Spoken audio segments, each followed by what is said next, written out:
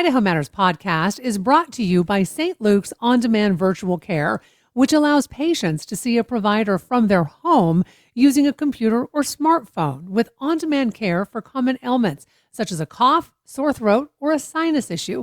More information at stlukesonline.org. More Idaho Matters now from the studios of Boise State Public Radio News. I'm Gemma Gaudette. Earlier this week, Idaho's public camping ban went into effect, possibly leaving the states unhoused with fewer ways to escape the heat. Now, this issue is one that has been top of mind for many nonprofits in our area, but for Catch, it's an urgent matter, especially as temperatures continue to rise. So joining us now to talk more about this issue is Connor O'Hora. He is the Street Outreach Program Manager for Catch. Connor, welcome to the show. Thank you so much for taking the time, Gemma. So, Connor, have you seen a rise in the number of people experiencing homelessness this year?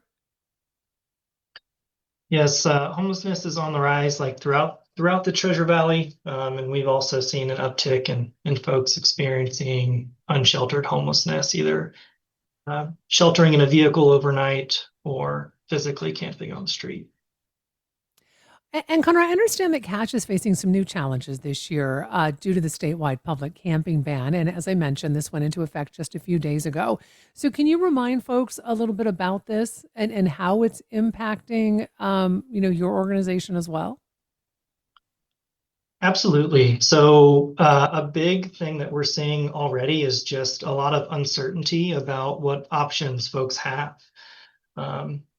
The shelters in our community are great, but they are unfortunately not accessible to everyone. And so people take shelter wherever they can, and this creates further barriers for those individuals who need access to services, access to housing, access to medical care. This is all an additional barrier that people face now daily of possibly being ticketed and displaced further. And has this increased your wait list for folks who are seeking housing? I think our wait list is kind of continually on the rise. We see a lot of engagement from our folks, and that comes from our ability to build trust with individuals and feel comfortable like when we approach them. And I think unfortunately laws like this have the opposite effect. And Connor, we have some hotter days coming up in the forecast. So can you talk to us and give us an idea of what kind of risks that unhoused people are facing when we go into these triple-digit numbers? Absolutely. I mean, any heat-related illness is going to spike when we get into those upper 90s, 100-degree weather days, especially when folks are sheltering in vehicles or forced to be outside through much of their day. Really, like simple dehydration can escalate into heat stroke quickly, and without like kind of access to immediate medical care or even the ability to keep medications on hand or store medications that need to be cooled throughout the day. Any kind of chronic illnesses can really be affected quickly. So let's talk about the other toll that you see, and this is the emotional toll. So you just talked to us about the physical toll of this, but I imagine the heat intensifies everything. So can you kind of explain that to us as well? Sure. What we know about homelessness, experiencing homelessness for a day is a traumatizing event. And what we also know is that it's a really isolating thing to happen to anybody.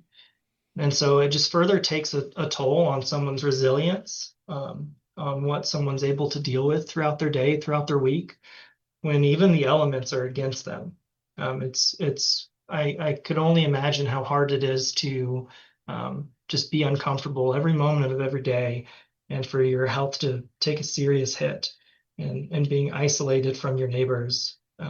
And especially with what we're seeing now, just the uncertainty around where people can go, and what's going to happen to them if they're unable to find somewhere to go is extremely worrying. It's increased uncertainty, and extremely isolating for individuals.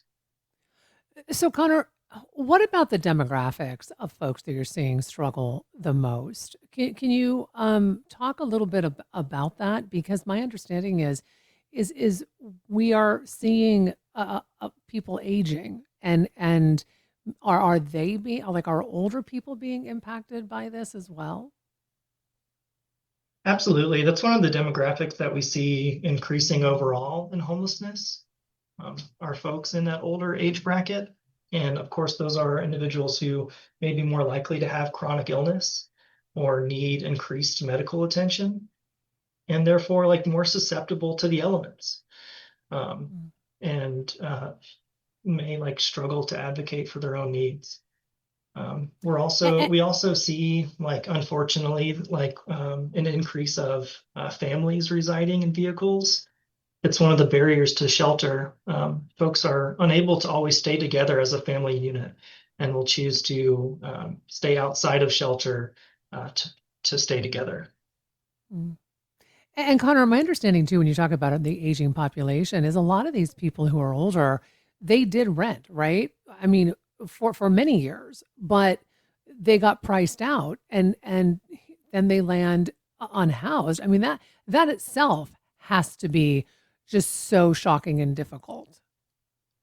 Yeah, we see it all the time, unfortunately. Folks who specifically are on fixed incomes, who were able to utilize private landlords for 5, 10, 15 years, and then having to leave because the property's been sold or a new property manager takes over and they're displaced. And so obviously like housing market in our community is really difficult right now for buyers and renters.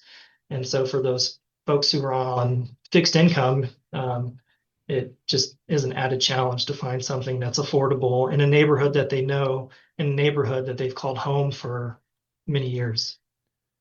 So, Connor, I have about a minute left with you. If what kind of supplies do you need right now? How can folks help?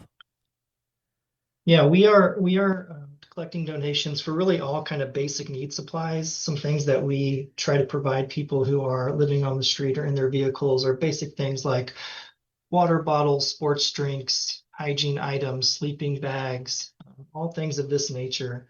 And then folks can also visit our website at catchidaho.org to learn more about items that we are collecting and how to help us out financially as well.